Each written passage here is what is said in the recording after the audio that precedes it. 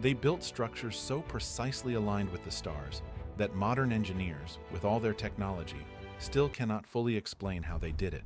Not in decades, not in years. In a civilization that supposedly had no writing system capable of transmitting complex astronomical data. A civilization that modern history once dismissed as primitive. A civilization that left behind evidence so overwhelming, so precise, so mathematically perfect, that it forces us to ask a question that changes everything. What if we've been wrong about ancient Egypt all along? The Great Pyramid of Giza sits at the exact geographic center of all land mass on Earth. This is not speculation. This is a mathematical fact verified by modern satellite mapping. The ancient Egyptians positioned it there, thousands of years before satellite technology existed, with a margin of error so small it approaches zero. The north-facing shaft inside the king's chamber points directly toward the star Thuban, which served as the North Star around 2800 BCE. The south-facing shaft aligns with Orion's belt. These are not coincidences. Archaeoastronomers Robert Bauval and Adrian Gilbert documented this in their 1994 work, The Orion Mystery, cross-referencing multiple independent astronomical databases to confirm what the stones had silently announced for millennia. But here is what nobody talks about. The Egyptians didn't need to write it down in any way we'd recognize, because the knowledge was encoded in something permanent, something that could survive any fire, any flood, any invasion. It was encoded in stone, in proportion, in orientation, in the physical laws of the universe itself, and they knew exactly what they were doing. The Dendera temple complex in Upper Egypt contains a ceiling that stopped astronomers cold when they first studied it in detail. Carved directly into limestone, the Dendera zodiac depicts a complete star map of the night sky as it appeared approximately 50 BCE. But research published by astrophysicist Juan Antonio Belmonte of the Instituto de Astrofísica de Canarias confirmed that the astronomical configurations shown on that ceiling encode data from observations made centuries, possibly millennia, earlier. The Egyptians were recording cosmic cycles that span thousands of years, not for decoration, for preservation. Consider what that means.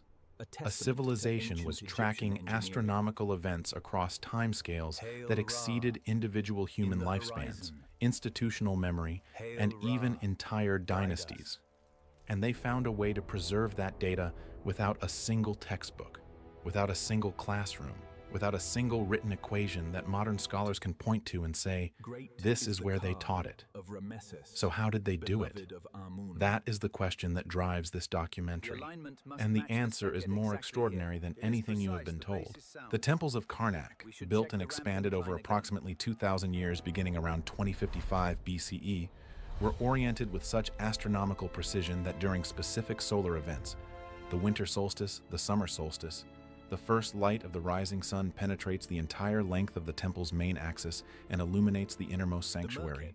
Researcher Kate Spence of Cambridge University published findings in Nature in 2000, demonstrating that ancient Egyptian builders used the simultaneous transit of two circumpolar stars, Megrez and Alioth in Ursa Major, to determine true north with extraordinary accuracy. No compass, no satellite. Just direct observation and a mastery of celestial mechanics that took generations to accumulate. Generations, without written documentation as we understand it. How? The answer begins in a place most historians overlooked for over a century: the human body itself. The ancient Egyptians developed a system of knowledge transmission through ritual, through architecture, through art, through the proportional relationships between spaces, a system now called architectural mnemonic encoding. The knowledge wasn't written, it was built. Every measurement, every angle, every alignment in a sacred structure was itself a unit of information.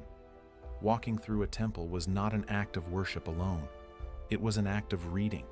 The initiated understood exactly what the proportions of each room communicated. The uninitiated saw only beauty, and for thousands of years, the world saw only the beauty. We missed the message entirely. If you've never questioned what ancient Egypt truly knew, stay with us, because what comes next will permanently change how you see one of history's greatest civilizations. And if this already surprises you, leave a comment below telling us where you're watching from. We read every single one. The invisible library, knowledge encoded in stone. There is a library in Egypt that has never been burned. No conqueror could destroy it. No flood could dissolve it. No revolution could erase it, because it was never written on parchment, never stored on shelves, never locked behind a door. It was built into the bones of the civilization itself, into the precise angle of every doorway, the exact proportion of every courtyard, the deliberate orientation of every sacred axis pointing toward a specific star, a specific moment in cosmic time.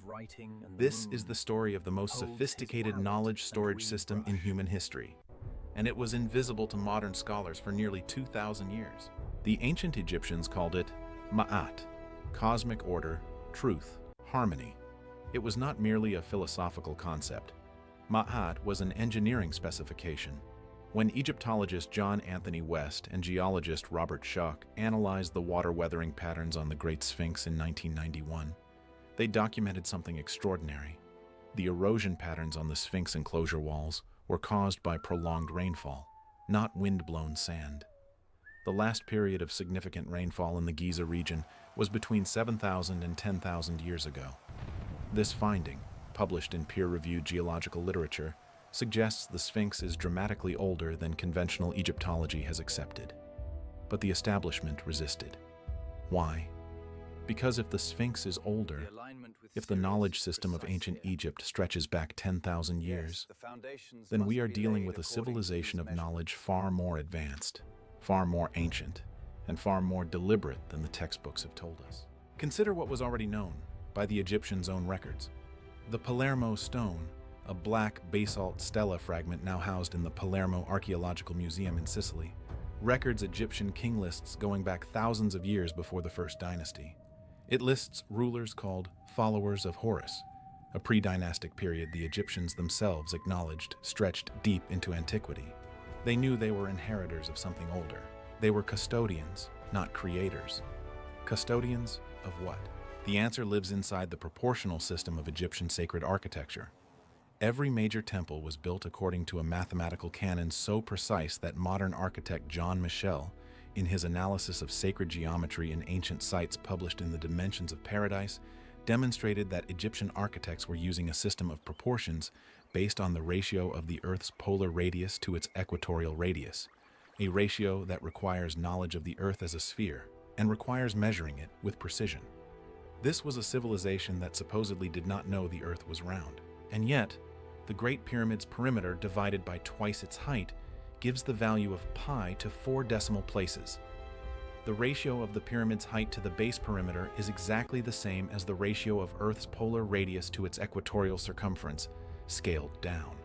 These relationships were documented and verified by mathematician Livio Stecchini, whose meticulous work on ancient metrology remains one of the most cited and most controversial bodies of research in this field. Not one of these, all of them, simultaneously, in a single structure. That is not accident. That is a message. Do you understand what that means? This was not primitive mathematics. They were encoding the dimensions of the planet Earth into a monument designed to last forever. They were leaving a message for anyone smart enough and humble enough to read it. Where are you watching this from? Drop it in the comments. Because people from over 60 countries have already told us this documentary changed how they see history, and we want to hear from you. The Temple of Luxor, built beginning under Amenhotep III around 1390 BCE and analyzed in extraordinary depth by Egyptologist and philosopher R.A. Schwaller de Lubitsch over 15 years of on-site study, presents what is perhaps the most astonishing case of architectural mnemonic encoding ever documented.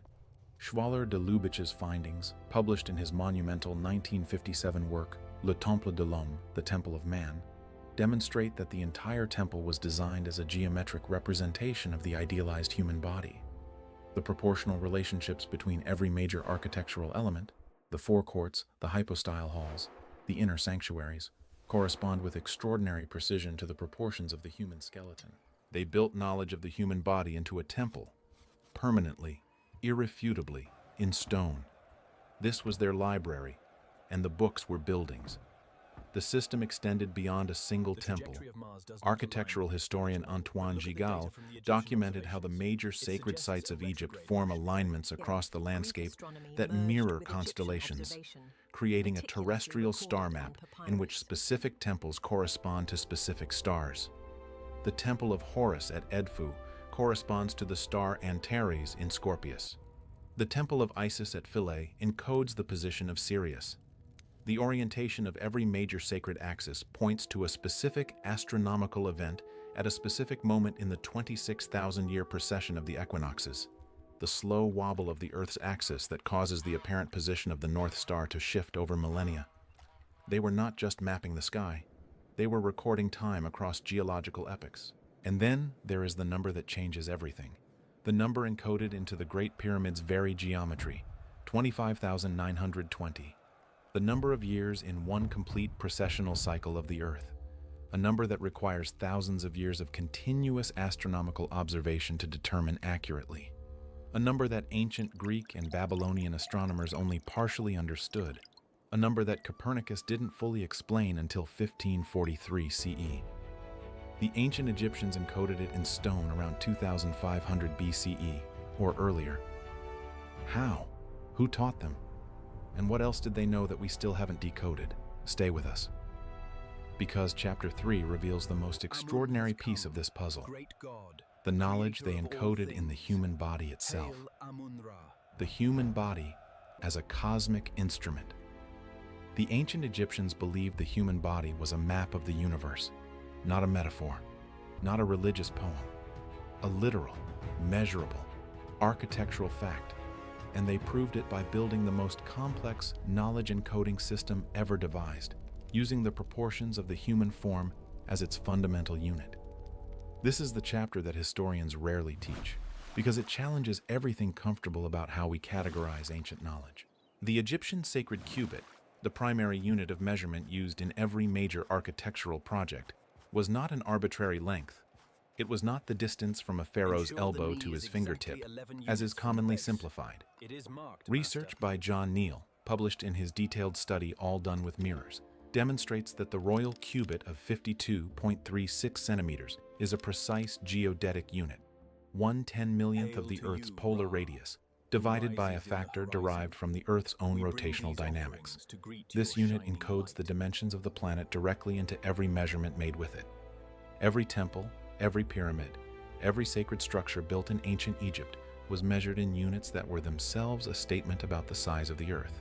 Think about what that means every time a priest took a single step inside a temple. The ancient Egyptian canon of human proportions, documented most famously in the canon of proportions that Egyptian artists and architects followed across 3,000 years, divides the ideal human body into 18 units of measurement from the hairline to the base of the foot.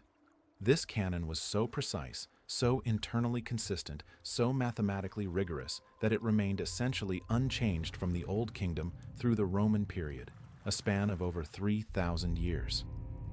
Egyptologist Gay Robbins of Emory University, in her 1994 work Proportion and Style in Ancient Egyptian Art, documented the remarkable mathematical consistency of this canon across thousands of examples. But Schwaller de Lubitsch went further.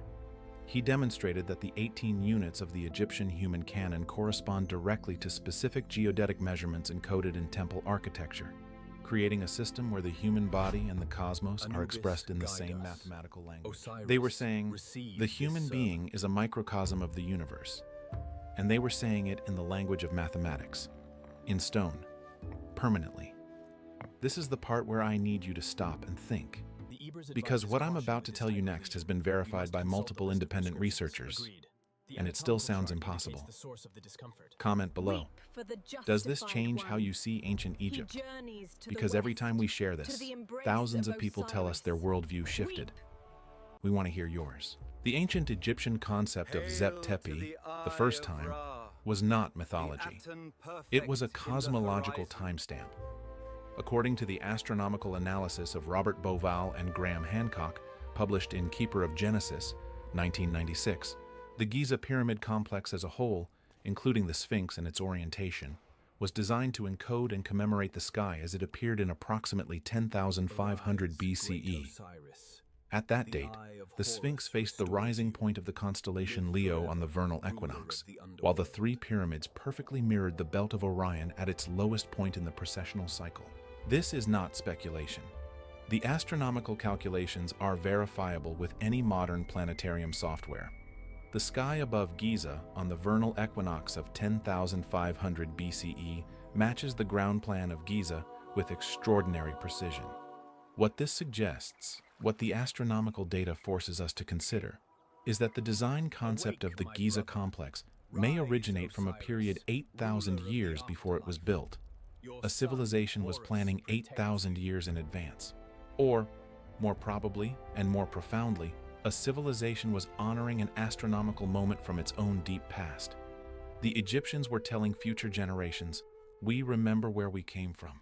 The stars remember it even if the words are lost." The Osiris myth, Egypt's most fundamental religious narrative, describing the death and resurrection of the god Osiris, his dismemberment into 14 pieces by Set, and his reconstruction by Isis, is, in the documented analysis of astronomer Giulio Magli of Milan Polytechnic University, a precise astronomical allegory for the precessional movement of the star Osiris, Orion, across the sky over the 26,000-year cycle. Every element of the myth, the 14 pieces, the resurrection at a specific astronomical moment, the role of Sirius, Isis, in triggering the resurrection, maps with precision onto the mathematical parameters of Earth's axial precession. They encoded the 26,000-year astronomical clock into a story, into a myth that every Egyptian child heard from birth, into art that covered every temple wall, into ritual that was performed annually. The library wasn't just in the buildings. It was in the stories, in the bodies, in the rituals, in everything. And it was designed to survive exactly what happened: the fall of the civilization that created it. The last keepers, and what they left behind. Every great civilization ends, but not every great civilization ends the same way. Some collapse in fire, some in conquest, some in forgetting. Ancient Egypt ended in all three, and yet something survived. Something was meant to survive. Because for 3,000 years, the keepers of the cosmic knowledge system had been preparing for exactly this moment. This is the chapter about what they left behind for us. The final centuries of ancient Egypt as an independent civilization, the late period from approximately 664 BCE to 30 BCE, were not a time of decline in knowledge. They were, paradoxically, a time of extraordinary consolidation. The priests of the major temples knew the end was approaching. Persian invasions in 525 BCE under Cambyses II. Greek conquest in 332 BCE under Alexander the Great. Roman conquest in 30 BCE. Each successive foreign power attempted to appropriate, control, or erase the knowledge system of ancient Egypt. None of them fully succeeded, because the knowledge was not in the texts. The texts were only a fraction of it, and the most important texts were hidden. The Nows of the Decades, a massive granite shrine discovered in Alexandria in 1777, now in the Louvre, contains 360 astronomical sections describing a complete star calendar, written in a script so archaic it took scholars over a century to partially decode it. Egyptologist Alexandra von Leven, in her 2007 doctoral research at the Free University of Berlin, confirmed that the Naos of the Decades preserves an astronomical system dating to the earliest period of Egyptian civilization, possibly 5,000 years old when it was carved onto that granite shrine. They were transferring the oldest knowledge into the hardest possible storage medium, granite, because granite lasts. The Temple of Edfu was built in its current form between 237 and 57 BCE, during the Ptolemaic period, when Egypt was ruled by Greek pharaohs, successors of Alexander the Great. The priests who built it were Egyptian, not Greek, and they covered its interior walls with the most complete surviving record of the ancient Egyptian temple building system ever documented: the texts of Edfu, which describe in extraordinary detail the mythological plan of the primordial temple, the original sacred architecture that all later temples were built to replicate. Egyptologist Eve Raymond, in her 1969 work The Mythological Origin of the Egyptian Temple, analyzed these texts and documented something remarkable. The texts of Edfu describe an original sacred island, called the Island of Trampling, or the homeland of the primeval ones, from which the first temple was built, following a cosmic catastrophe that ended a previous age. The texts describe survivors arriving by boat, carrying with them the complete architectural and astronomical knowledge system, and building the first temples to preserve it. The Egyptians themselves believed they were custodians of knowledge that survived a catastrophe, not mythology, memory. This is the point where you have to ask yourself something serious.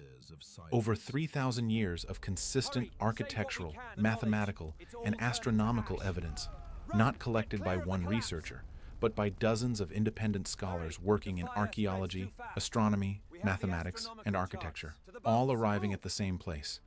What does that tell us? Tell us what you think in the comments. And if you've watched this far, if this changed something in you, share this with someone who thinks ancient Egypt was just about mummies and gold. Because the truth is so much more extraordinary. Subscribe if you haven't. We have more of this coming. The final keepers were the priests of Philae, the island temple complex near Aswan, dedicated to Isis, the goddess whose astronomical identity was the star Sirius.